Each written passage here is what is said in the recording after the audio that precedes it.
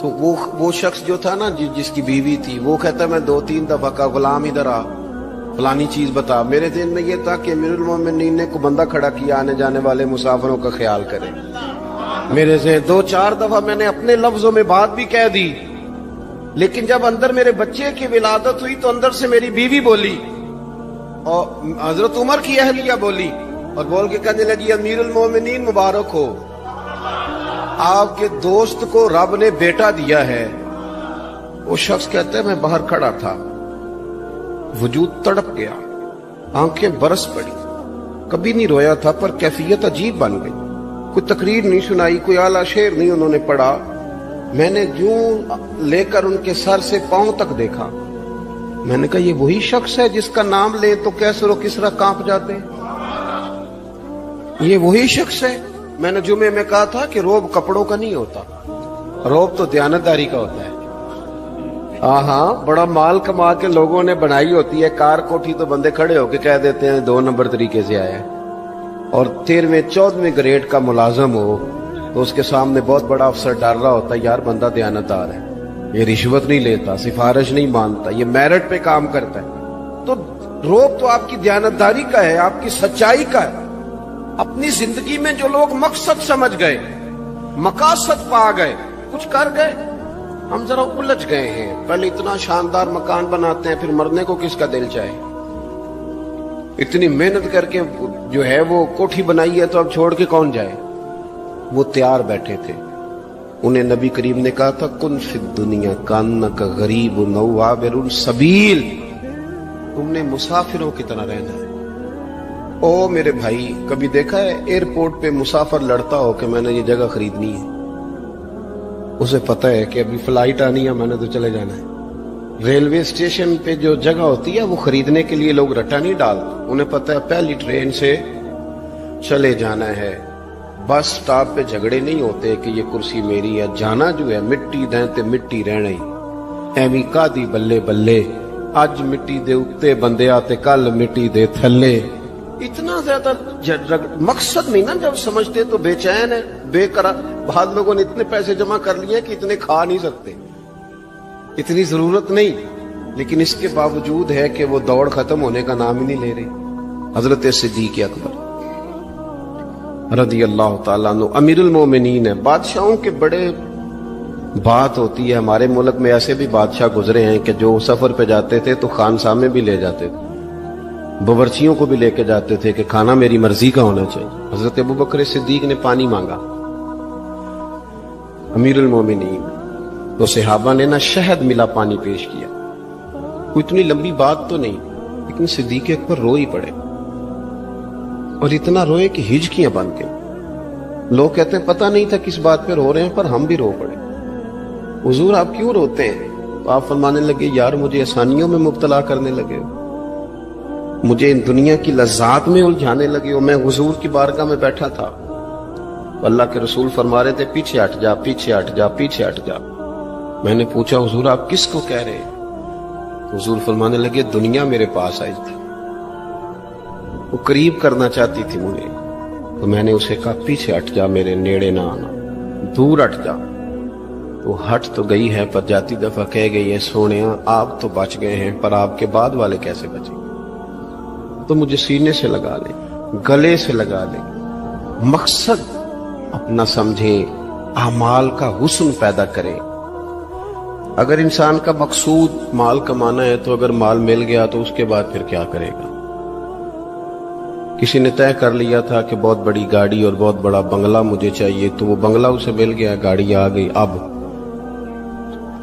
تو مقاصد کیونکہ طے نہیں ہوتے، تو جو چیز انسان چھوٹا سا مقصد طے کرتا ہے وہ اسے حاصل ہو جاتا ہے. میں نے ملک سے باہر جانا ہے، گھر سیٹ کرنا ہے، ساتھ والا پلاٹ لینا ہے، ہو گیا سارا کچھ. تو اب وہ پھر انسان بے چین ہو جاتا ہے، پریشان رہتا ہے، کہتا ہے سمجھ نہیں آتی مطلب مقصود کیا ہے.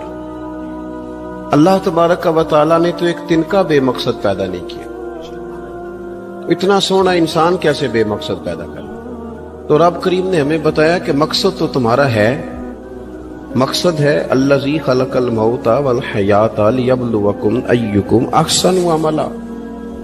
اس نے موت اور حیات اس لیے پیدا کی ہے تاکہ پتہ چلے تم میں اچھے عمل کون کرتا ہے، تم کس قدر زیادہ اپنے رب کی عبادت کرتے ہو، کس قدر زیادہ حسن اخلاق کا مظاہرہ کرتے ہو، کس قدر زیادہ لوگوں کی خدمت کرتے ہو، کس قدر زیادہ تم دین کی تبلیغ میں، اشاعت میں، ابلاغ میں، ترویج میں کردار ادا کرتے ہو۔ با مقصد تمہیں بنایا، با مقصد اچھا ترین عمل تم میں سے کون کرتا، اس لیے موت اور حیات پیدا کی تھی کہ تم نے ستھرے سے ستھرے اعمال، بہتر سے بہتر کردار، اعلیٰ سے اعلیٰ تمہارا انداز زندگی۔ دیکھیں ہم نے لوگوں کے ساتھ مل کے رہنا ہوتا ہے، بہت ساری چیزیں ایسی ہوتی ہیں کہ جو تکلیف کا سامان بنتی ہیں۔ اب انہی لوگوں کے ساتھ اللہ نے ہمیں مل کے رہنے کا حکم دیا، ان کے حقوق ادا کرنے کا حکم دیا، تو ساتھ ساتھ نا درگزر کا بھی کہا، معافی کا بھی کہا۔ جب انسان معافی کر دینے والا ہو جاتا ہے، درگزر والا ہو جاتا ہے، تو پھر وہ بڑا ہو جاتا ہے، بڑے دل والا ہو جاتا ہے، بڑے حوصلے والا ہو جاتا ہے، بڑے ضرب والا ہو جاتا ہے، اس کی زندگی حسین ہوتی۔ تو یہاں آئے تھے کچھ کام کرنے، وہ جو ہم نے مقصود بنائے تھے نا، مطلب اچھے کپڑے، اچھی دنیا داری، اچھی گاڑی، اچھا موبائل سیٹ، وہ چونکہ مقصود نہیں تھا تو ان چیزوں کے حصول کے باوجود بھی لوگ پریشان ہیں۔ مقصود یہ تھا کہ بہترین عمل، سونا عمل، اعلیٰ ترین عمل میرے رسول پاک صلی اللہ علیہ وسلم کے غلاموں نے نا وہ عمل کر کے دکھایا۔ اعلیٰ ترین مزاج رکھتے تھے اور اعلیٰ ترین خدمت، یعنی لوگ ان کا کردار دیکھ کے نا، کردار اور عمل دیکھ کے، ہم تو لمبی تقریریں کرتے ہیں، باتیں کرتے ہیں، بڑا کچھ بتانا پڑتا ہے، لیکن وہ بس تھوڑا سا نا لوگ ان کے پاس اٹھتے بیٹھتے تھے، آتے جاتے تھے۔ اتنی دوڑ ہے کہ آگے بڑھ کے اور لینا ہے، اور لینا ہے، عالم مزید کا رٹا، وہ سمجھ گئے، ہم نہ اڑے ہوئے۔ بہت سارے لوگ ایسے ہیں جنہیں صحیح بات کا پتہ چل گیا ہے، وہ فیصلہ کرنے میں دیر کر رہے ہیں، انہیں سمجھ آ گئی ہے کہ بہتر یہی ہے کہ میں وقت پہ مسجد آیا کروں، انہیں سمجھ آ گئی ہے بہتر یہ ہے کہ سویرے اٹھ کے نا واٹس ایپ بعد میں دیکھوں، پہلے قرآن پاک کی زیارت کر لیا کروں۔ سمجھ انہیں ہے، سمجھ ہے کہ باتیں زیادہ کرنے سے بہتر ہے درود و سلام زیادہ پڑھا جائے، پتہ انہیں ہے، فیصلہ ہی نہیں کر رہے، ارادہ نہیں بنا رہے، توجہ نہیں کر رہے۔ جب بہت زیادہ بندہ دنیا داری میں الجھ جاتا ہے نا، بہت زیادہ، آسانیاں تو بندے کو جینے نہیں دیتی۔ پہلے انسان کہتا ہے کہ موٹر سائیکل ہو جائے نا تو چلو سفر آسان ہوگا، پھر موٹر سائیکل کہتا ہے ٹائر 2 ہیں، 4 ٹائروں والی ہونا، چلو مہران ہی ہو جائے خیر ہے، لیکن مہران میں بیٹھتے ہی اسے خیال آتا ہے کہ اس کی تو سیٹیں تنگ ہیں، پھر اس سے بڑی گاڑی چاہیے۔ یہ روز دوڑ ہے، بانج فقیروں کسے نہیں ماریا، اے ہوئی چور اندر دا، یہ دوڑ ہے، یہ ختم۔ حضرت ابوبکر صدیق رضی اللہ تعالیٰ عنہ امیر تھے، ہمیں تو نا جی ایک سے ایک کھانا، اور آج یہ نہیں کھانا، آج میری مرضی کا کھانا، یہ میری مرضی کا، یہ میرے بچے کی مرضی کا، یہ فلانے کی مرضی کا، وہ خواہشات کا انبار، اور نفس بچے کی طرح ہوتا ہے، ایک خواہش پوری کرو تو فوراً ہی دوسری بھی بتا دیتا ہے، دوسری پوری کرو تو تیسری کی بھی خبر دے دیتا ہے۔ ہم نا چونکہ الجھ جاتے ہیں، پھر وہ الجھاؤ ہمیں باہر نہیں نکلنے دیتا۔ اگر تھوڑا تھوڑا کر کے، میرا مطلب یہ ہے کہ زندہ رہنے کے لیے روٹی کھانی ہے نا، مثلا روٹی کا لطف کتنی دیر ہوتا ہے، جتنی دیر منہ میں چباتے ہیں، اس کے بعد ختم۔ تو کپڑا تو پہننا تھا بدن چھپانے کے لیے، اس میں وہ کدھر سے آ گئی ساری کہانیاں جو آج بن گئی۔ اور اتنے میں نے عجیب و غریب نظام دیکھا ہے کہ نوجوان ہے، اچھا بھلا سیانا آدمی، کپڑے اس نے تازے سلوائے ہیں، اور 99 لوگوں نے کہا ہے صحیح لگ رہا ہے، تو صرف ایک نے کہا نہیں ٹھیک لگ رہا، وہ پریشان ہو جاتا ہے، کہتے بھی اس کا کچھ کروں۔ کیوں؟ اس لیے کہ یہی سارا مقصود سمجھ لیا ہے، کپڑے پہننا، اسی میں الجھ جانا۔ میں اکثر دوستوں سے کہتا ہوں، میں خود کسی دوسرے کی بات نہیں کرتا، بہت زیادہ عمر نہیں میری، میں خود جایا کرتا تھا، شادی کوئی آ گئی تو 2-3 دن پہلے ابا جی کہتے تھے پرانے جوتے کچھ گنڈوا لا، کچھ پالش کرا لا، توڑے میں ڈال کے جانا موچی کے پاس، اس نے کچھ سیٹ کر دینے۔ اب کہاں رہ گیا جی یہ کام، چھٹی نہیں ہو گئی، اب کون سا ایسا سلسلہ ہے؟ وہ جو کہیں سے کپڑا تھوڑا پھٹ جاتا تھا نا،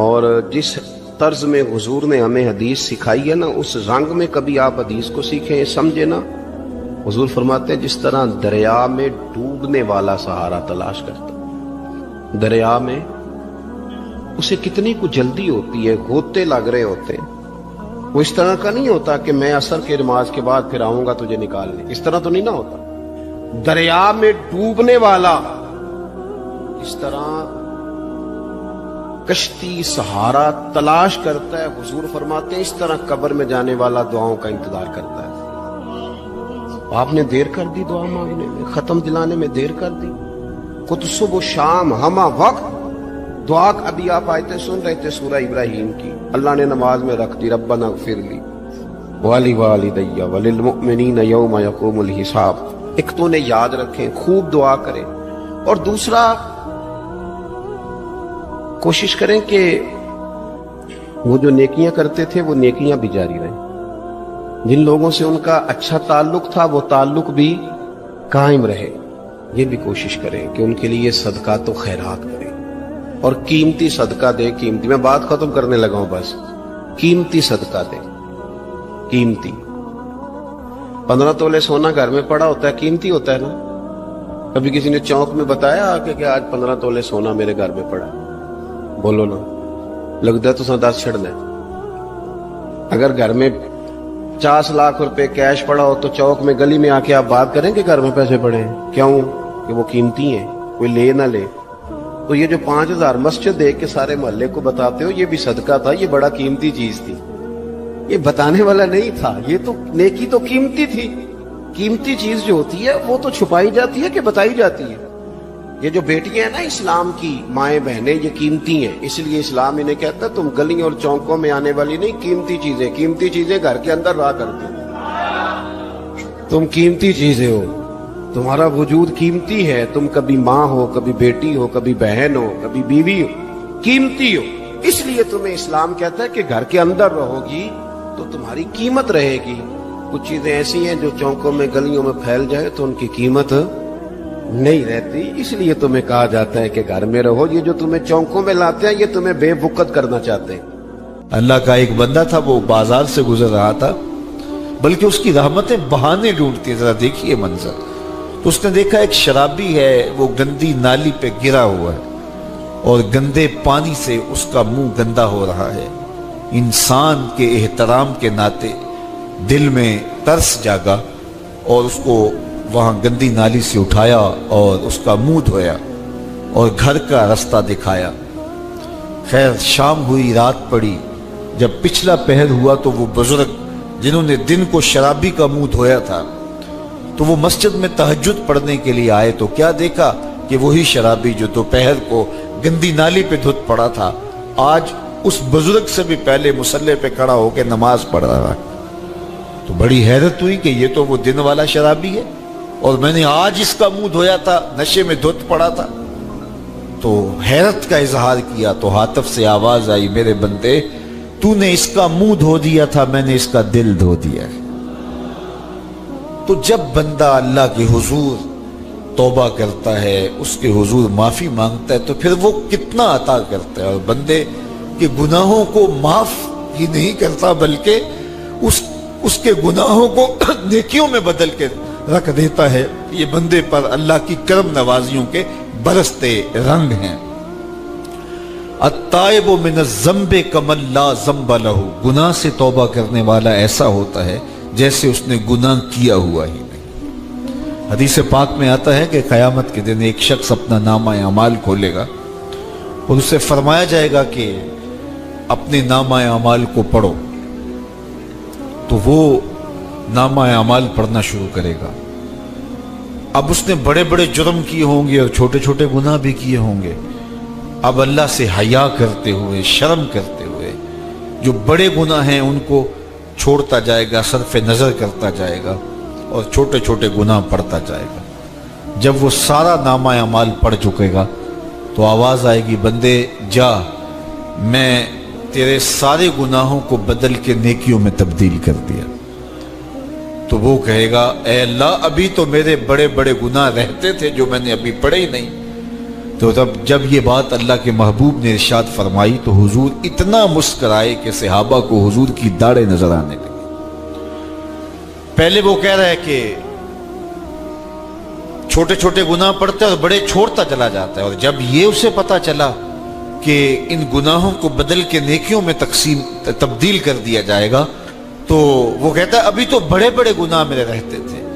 تو اللہ کی یہ کرم نوازیوں کے رنگ ہے کہ وہ گناہوں کو بدل کے نیکیوں میں تبدیل کر دیتا ہے، اور بندہ جتنا بڑا گناہ گار تھا جب سچے دل سے اس کے حضور توبہ کرنے کے لیے حاضر ہوتا ہے تو پھر اتنا ہی بڑا نیکوکار بن جاتا ہے۔ سیدنا عمر فاروق رضی اللہ تعالی عنہ کا زمانہ تھا، اور آپ جانتے ہیں وہ ہاتھ میں درہ رکھتے تھے اور گلیوں میں گشت کیا کرتے تھے رات کو۔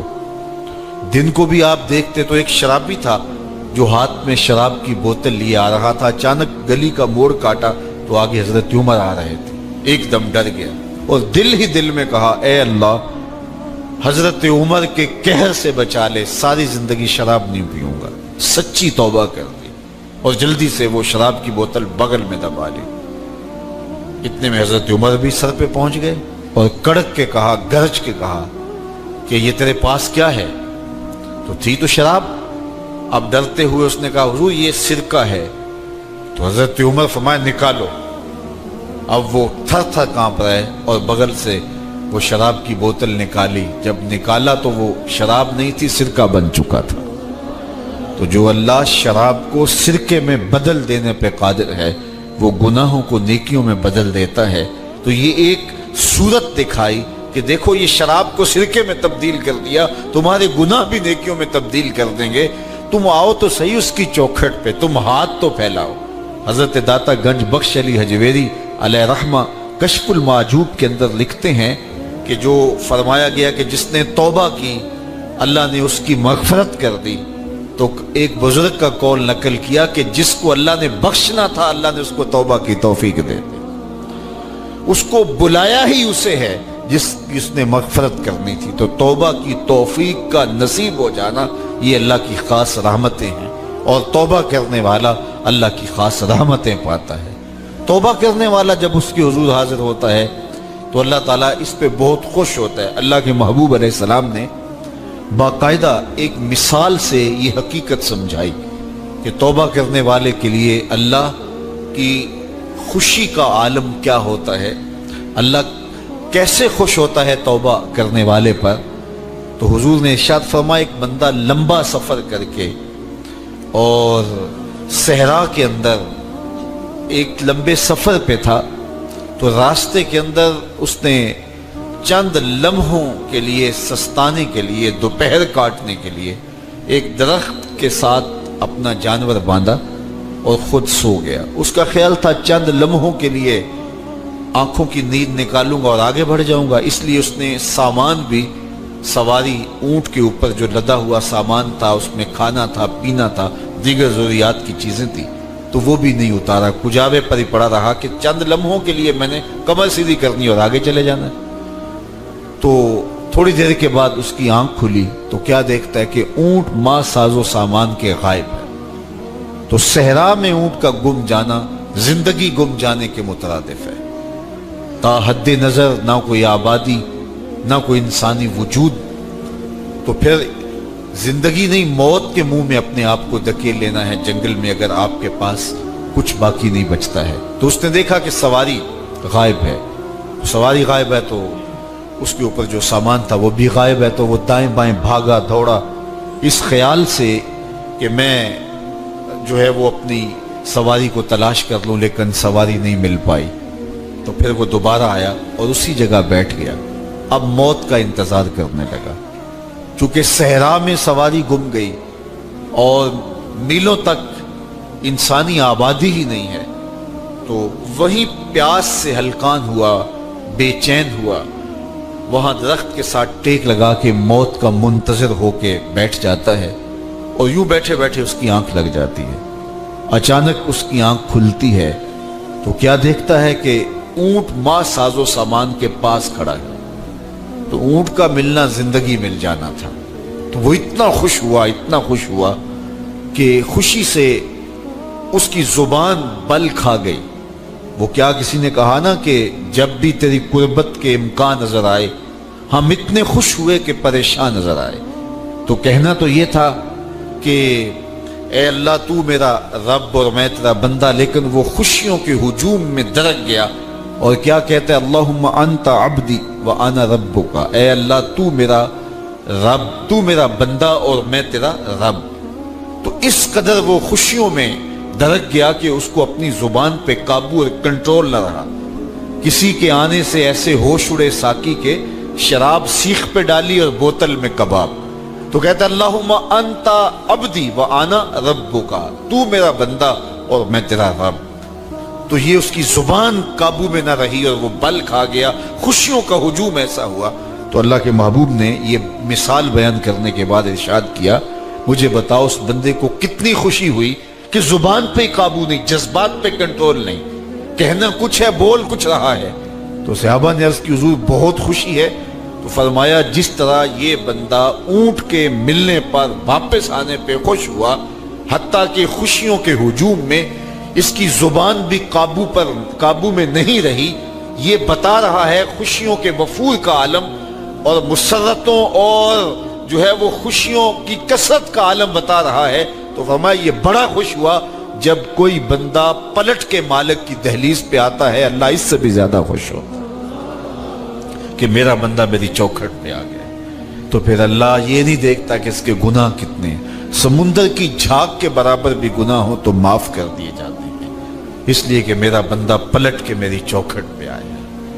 تو توبہ اللہ کو محبوب ہے، اللہ کو مطلوب ہے، اللہ کو چاہیے کہ بندہ اس کے حضور آئے اور پھر اللہ جل شانہ اس کی مغفرت و بخشش فرما دیتا ہے. یہ موسم نور کے موسم ہے. عام دنوں میں بھی توبہ کرو، دن میں کرو یا رات کو کرو، کسی بھی مقام پہ توبہ کرو، اللہ معاف کر دینے والا ہے. امید کرتا ہوں کہ آپ حضرات کو مولانا ازمل رضا کا بیان اچھا لگا ہوگا. اگر اچھا لگا تو آپ ہمارے چینل کو کر دیں سبسکرائب اور ویڈیو کر دیں لائک. ملتے ہیں نیکسٹ ویڈیو میں.